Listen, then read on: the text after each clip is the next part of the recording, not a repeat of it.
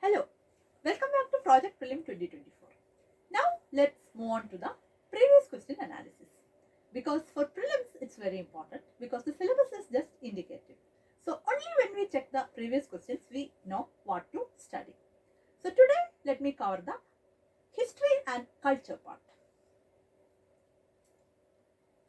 A maximum of 10 to 15 questions per year is what you can expect. Sometimes it can go below 10 also, or on a different note, it could go up to 20. So leave that. Let's go to the type of questions you can expect. There could be 2 to 3 questions from art and architecture. For pure art, actually questions are comparatively lesser. Architecture, most of the questions you can cover from your ancient and medieval India textbooks, particularly the NCERT books. There was a question on the Tribanga pose. There was a very tough question on Kuchipudi and Bharatanatyam comparison at once. Then there were questions on another classical form like Satriya. There were questions on Sankirtana. But this kind of questions usually come when there is something on that in the newspapers at that year. A new art form being introduced in the intangible cultural heritage list can be a possible prelim question. Otherwise, you don't need to worry too much about these kind of areas. Then there were questions about dancers and states like Garba, Gujarat, Yakshagana from Karnataka. Then there was a very difficult question on the classical music Drupad, but don't worry too much about that again. You just have a cursory look at that, and most of the year you may not get questions in prelims, and you don't need to worry too much about them in the mains as well.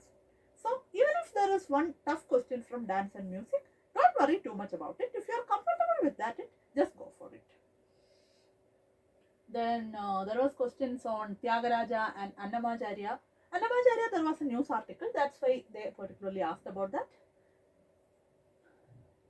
Then the Manganiyar singers of Rajasthan was a question in 1 year. They asked about the martial art form Kalaripayattu from Kerala.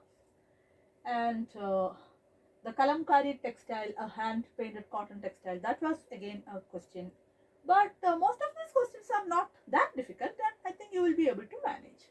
And don't devote any particular time in memorizing all such type of questions. Then the Shaka year, which date it starts. Since this is being the national calendar of India, you should have a primary knowledge about it. Then about the classical languages of India, there were same questions asked twice. That's an easy one. Then about tribal language, this was a tougher one, but some news item on this asked in that particular year made the people ask this particular question. But otherwise it was, I would say, a difficult question because India you have so many tribal language, and obviously it's not very easy to remember them all. Then there are questions on festivals like the Chaliha Sahib, then the Chakchar Kot, Khongjam Parba. So the easy way to note down this kind of festival is the PIB website, the Press Information Bureau website. The dignitaries like the President and Prime Minister wish people on certain festivals, and you could make a note of that if you have a habit of taking this, looking into this PIB website on a regular basis. Otherwise, don't worry too much about such question. You may get obviously maximum one question. Then there was only one single question on a movie because that movie was about Srinivasa Ramanujan, the man who knew infinity. Otherwise, I haven't seen any movie questions from the past, say 12 to 13 years. Then there were questions on the mural paintings of Ajanta and which among the following have the mural paintings, such kind of a question. But that was not a very difficult one again. There were questions on the oldest caves. The cave architecture and Buddhist architecture are very important for your prelims as well as your mains. So pay attention, and if you read the ancient India textbooks of NCERT, that will be more than enough for this. So let me just show you some questions on architecture. There were questions on the 3 types of architectures of India. Then a temple architecture, there was another question like this one. Then again Vijayanagara Empire, another question from architecture. And this Buddhist sculptures, there were some specific questions. So Ajanta and Mahabalipuram, the rock cut temples. Then Ajanta fort and their location. And the painting of the most important painting from Ajanta, the Bodhisattva Padmapani, that was a question. And another famous painting called Bani Tani, that was also being asked. So these are some of the very basic things which you can easily get information from NCERT books are being asked here. Then there were questions about the monasteries, the Tabo and Alchi here. Then the Buddhist architecture, the difference between Chaitya and Vihara, very easy one. Then the rocket elephant of Dhauli, about that there was a question. Different types of sun temples from across the country, there were questions. And about the Chauset Yogini temple, which was supposed to be the model of Indian Parliament. Then terracotta art, there is this particularly place in West Bengal. Similarly, some places and different types of shrines they asked. Most of the time there would have been a news item, so that's where you have to pay attention. And this was again a statement from ancient India. What is this particular term called? So when you read your ancient and medieval India, whenever you come across such kind of terms, make a note. So some of the kingdoms and their timeline, there is a question here. This is from last year. And some literary works and authors from ancient India here. Then there is a question from Jainism here, also from last year. Then about the Vijayanagara Empire, there is some specific question here. So Vijayanagara Empire is important. Sometimes you may get a mains question as well. So you can check that. Then, this question on Diu based on, how Bahadur Shah surrendered this to Portuguese. That was a specific incident. And about the Charter Act, there was a question. This particular questions, I'm not classifying them as of now. All these questions which you see now is from the last year's prelims. Then, the Amaravati site, there was a specific question. So about that Buddhist establishment there. Then another question on Buddhist stupa here, and copper artifact, a place in Rajasthan. About that there is a question. Then a Jyotirlinga shrine and Somnath temple, there was a question from last year. And again from architecture, about it was a very difficult question on Buland Darwaza and Bara Imamra, etc. during the Mughal period. So I show you some of the questions from the last year. Now coming back again to the basics, you could expect a couple of questions from Buddhism and Jainism. Sometimes it can be very difficult. Some terms related to Buddhism and Jainism, or some fundamental difference in the philosophy between Buddhism and Jainism. These kind of questions you can expect in your mains also. So from your NCERT text, make an understanding about the basic tenets of Buddhism and Jainism, and also please go through the terms associated with both this religion of Indian origin. So the kingdoms associated with Buddha's life, then what does Nirvana mean, then the Bhumisparsha Mudra, which is a direct connection with Buddha's life, then something about the Mahayana Buddhism, then again some more questions on Mahayana Buddhism, and Maitreya Bodhisattva, that is another question here. Then Sarvastivadin, an earliest Buddhist school. Different schools of Buddhism and Jainism is again a popular area for UPSC. So the Theravada Buddhism, again Mahayana, and the Mahasangika sect of Buddhism. So you could see more questions on different Buddhist sects, and another question on Buddhist terminology. And again, some books related to Buddhism here. Then some of the Buddhist scholars and their names here. Then about the basic tenets of Jainism, there were questions about the different Tirthankaras and other kind of people also being mentioned in some questions. Then sect of Jainism, specific question on there. Then Jain texts, like the Buddhist texts, some of the popular Jain texts they've asked. So altogether about Buddhism and Jainism, let's have some factual information as well as some broader idea about their basic teaching. Then there were questions on Bhakti saints. There were questions about the chronology of time, about these different saints like Tyagaraja, Guru Nanak and Dadumiyan. So Bhakti saints is something from which you could expect a main question as well. Then this Pushti Marga. Then there was question on this Sufis. There was a question on a Vaishnava scholar called Nathamuni. Then the Siddhar. Then Saint Nimbarka. Then there was, of course, a later Christian missionary called Saint Francis Xavier, who rests in peace in Goa. There was a question on him as well. Then Ramanuja, another philosopher of India, there was a question. So directly from Indian philosophy also they could ask you one question at least.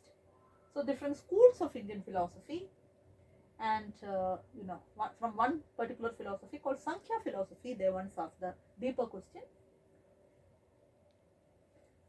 So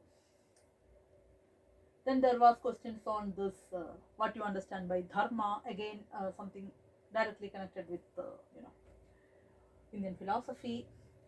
Then of course we come back to the actual history part, the ancient and medieval India. So here we could see, nature worships from Aryans was a question. Rigvedic Aryans, there were questions. Indus Valley civilization, there were a couple of questions.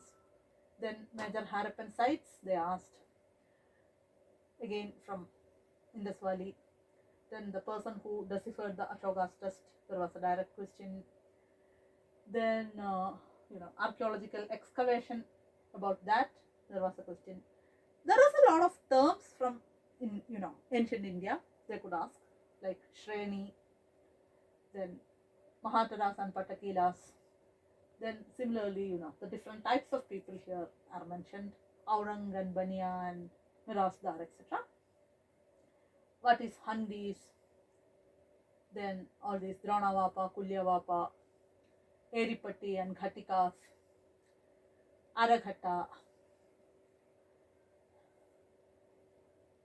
So any term of interest, if you come across, make a note when you read your ancient and medieval India texts. Banjaras, Magadas who sing ballads.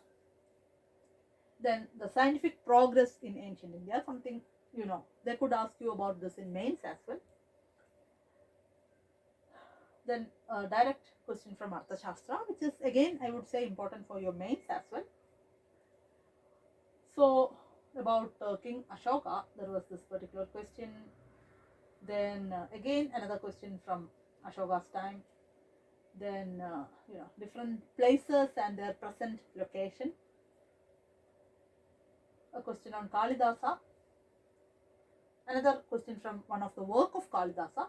They could ask you about the classic Sanskrit literature and their themes and writers, and sometimes match the following and things like that. So these three people who are like the ancient Indian playwrights. Then different classification of people in earlier times. So different chronology. So history in particular, you should have a proper idea about the order in which events happened. So a sense of chronology is very important, I would say. Then about this different types of kings and their dynasties, and different places and their present location. One more question here. So about ports particularly, they have asked questions. So these places were ports, and There were one more question on ports like Kakatiya port called Motupalli. Then Gupta dynasty, again there was a question on ports here.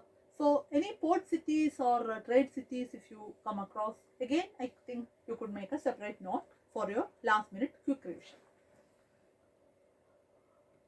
Then Gupta Empire and the other kind of dynasties after that. Then from another term from the medieval and ancient part called Vishti, which is the bonded labor. Then about the Indian feudal system there was a deeper question. Then Midakshara and Dayabaga, the two inheritance system of India, there were questions. And about the foreign visitor called Huan Sang, during Harsha's time there was a question on the founders of the Vijayanagara Empire. Then another question from the time of Krishnadevaraya. Then Kingdom of Mysore, which is actually emerged from the Vijayanagara Empire, that was a question. Again another question from Vijayanagara. So you could see that a lot of questions from Vijayanagara, and earlier also I showed you another question which was asked in the last year. So Vijayanagara Empire is of, there have been multiple questions from that area. And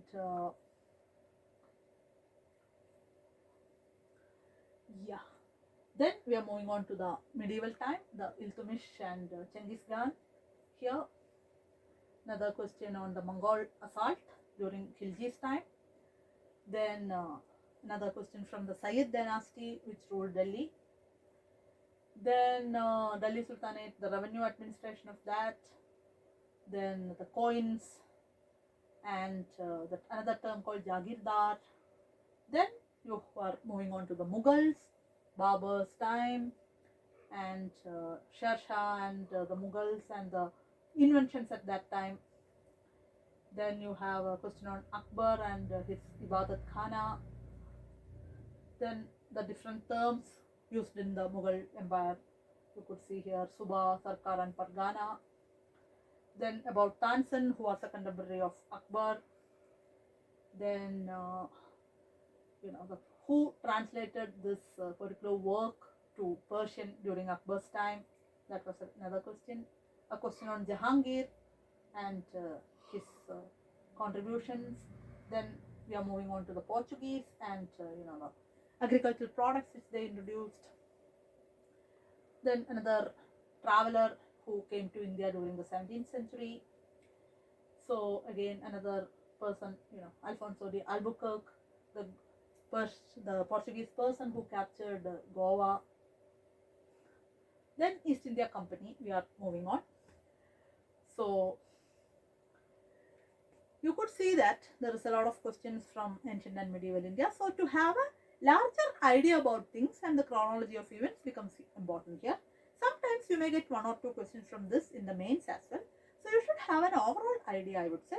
If you are not so comfortable with history, still you should, let's have a broader idea so that you won't miss it out. And I would say that 50% of your questions in the history comes from the modern India. So modern India, you have at least 3 to 4 questions in your mains as well. So let's pay more attention to that particular segment. Here it's important that you understand events in their chronology, and every event you have to make a note that you know the causes and consequences of that particular event. That's how you study modern India. If you read a book like Spectrum, that will be more than enough. You can still manage it with NCERT book as well. But for subjects like history, unless you are a history optional student, don't go for more than one sources, because history is ultimately an accumulation of facts and events. So let's keep it simple, and mind you that chronology, the order in which things happen, becomes very, very important. So about East India Company, there were questions, their earlier trade and things like that. Then the impact of British rule, different charter acts you could see here. different charter acts, you should have a rough idea. I don't want you to memorize it all. Then earlier British land tenure systems, like earlier permanent settlements and things like that. There's this question on right-wary system. Then another program of East India Company called the Subsidiary Alliance. Then the early centers of learning established by British, Calcutta Madrasa, Fort William College, Banaras Sanskrit College. Then which among the following directly contributed to the English education? So and another thing on education. So the impact of British rule, this altogether could be a possible mains question as well. So you should have a proper idea about things. About Indian social reform movements, there was a question on Brahmo Samaj, question on Keshav Chandra Sen, who was a later leader of Brahmo Samaj, question on Ishwar Chandra Vidyasagar, then Satyashodak Samaj, we have a question. So you should have a broader idea about all the social reform movements. Again, that's a potential mains question. Then again another book called Dashar Katha, there is this question. And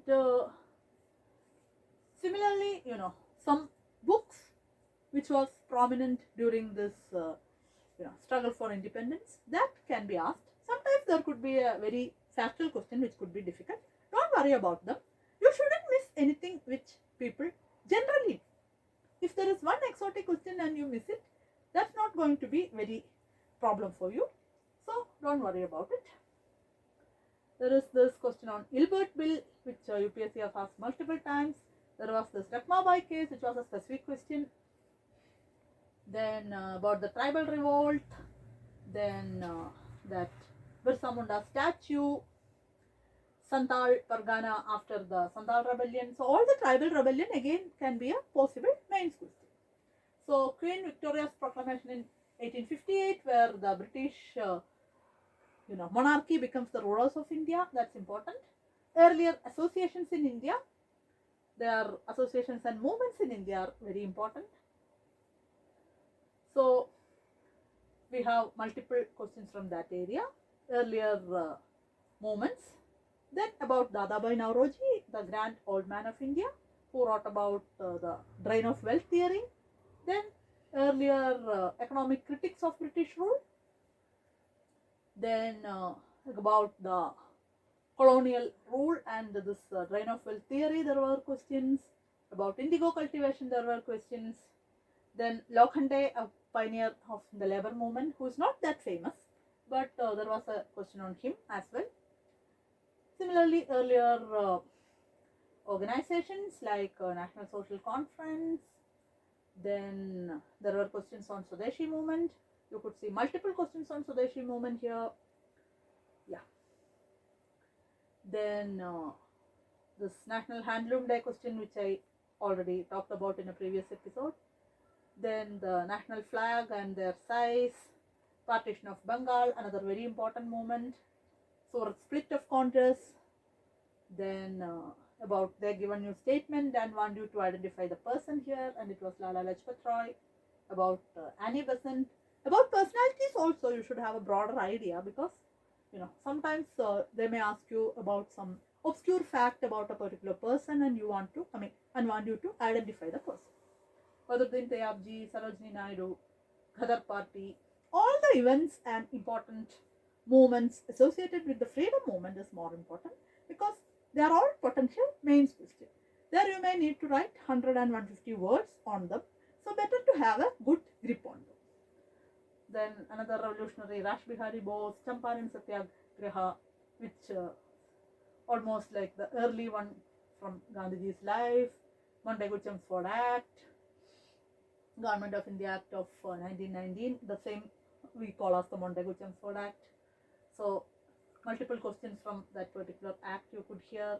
The introduction of diarchy, then Tabaga movement, then there is question about Tagore, then a writer who who influenced Gandhiji very much, the John Ruskin, another earlier Satyagraha of Gandhiji here. Then another book written by Gandhiji. Then another important event called Rowlatt Act. You could see multiple questions here. Then the Congress Socialist Party, there was a question. Home Rule League and their importance. A question on Butler Committee. Simon Commission, which was again an important event. And Trade Disputes Act, which was slightly difficult, I would say. Nehru Report, in which both Motilal and Jawaharlal Nehru were involved. Then the Lahore Session of Congress, which was a often repeated question. Rajaji's Salt March, Gandhiji's abolition of indentured labor and things like that. Then there was this question on Gandhi-Irwin Pact. Then Communal Award of Ramsay MacDonald and its effect. Then the Government of India Act. The Government of India Act 1935 is very important for your mains, so you better understand the provisions. Even a lot of things in our present constitution has actually originated from this particular one, so pay attention.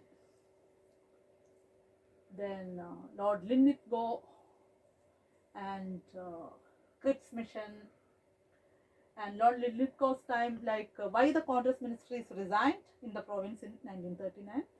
So that was the, what was the reason? So as I told you, the causes and consequences becomes very important here. Cripps Mission, then one more question from Cripps Mission, then Quit India Movement, which was a result of the failure of Cripps Mission. One more question on Quit India Movement. So Quit India Movement, again you have multiple questions here, and about Usha Mehta, who was a well-known person who ran a radio, and recently a movie on her came out. Then about the INA leaders and INA trial. Then Cabinet Mission. Then the Constituent Assembly, there was a question. There was a question on the Radcliffe Committee, who actually determined the boundaries of India. And a question comparing the Gandhian views and the Marxian view. In your mains, they usually ask about the Gandhian ideology, so you should have a grip on that as well. So there was a question on Dr. Ambedkar and his great contributions. One more question on Ambedkar, the Constituent Day and things like that. Then a question on Hindu Mazdoor Sabha. Then there could be a question on the chronological order on different things, different events and books and things like that. So generally that order of chronology will help you to determine the causes and consequences in a better way. And one more question on the chronological order about important events happened. One more question. These are not very difficult, but if you have a broader idea, you will be able to get into the answer. So generally the history, when you study, make a note of it. Then about the post-independent India land reform, there was a question. In your mains, actually there is a segment called post-independent thing. So one or two questions you could actually expect. So along with this, I'm just adding some sports question which they have asked recently. There was a question on the Laureus Award asked it was a difficult one. So sometimes they could ask you about one or two sports questions, but don't worry too much. If you are a sports enthusiast and make a note from the newspapers, it's well and good. But mostly only one question, so don't worry too much about it. You could check them as part of your current affairs. So another sports question coming up here. Yeah, United by Emotion. There was a question on Tokyo Olympics. Then ICC World Test Championship. There was a question. Then there was that question which we discussed earlier about different kind of awards, and about the chess Olympiad there were some specific questions. All of these are current happening, so they are relevant only on that particular year. So as part of this, since we are discussing history and culture, I just thought of adding the sports question as well. So history on an average 10 plus questions, and pay more attention to the modern India part, and so that you will be able to write quality answers for your mains. But ancient and medieval, just do a random run through of important terms and generally have a sense of chronology in your mind. find some time to brush up your Buddhism and Jainism and the architectural part in general, particularly the rock cut temple. That will be good enough for your history for the prelims. Thank you for watching.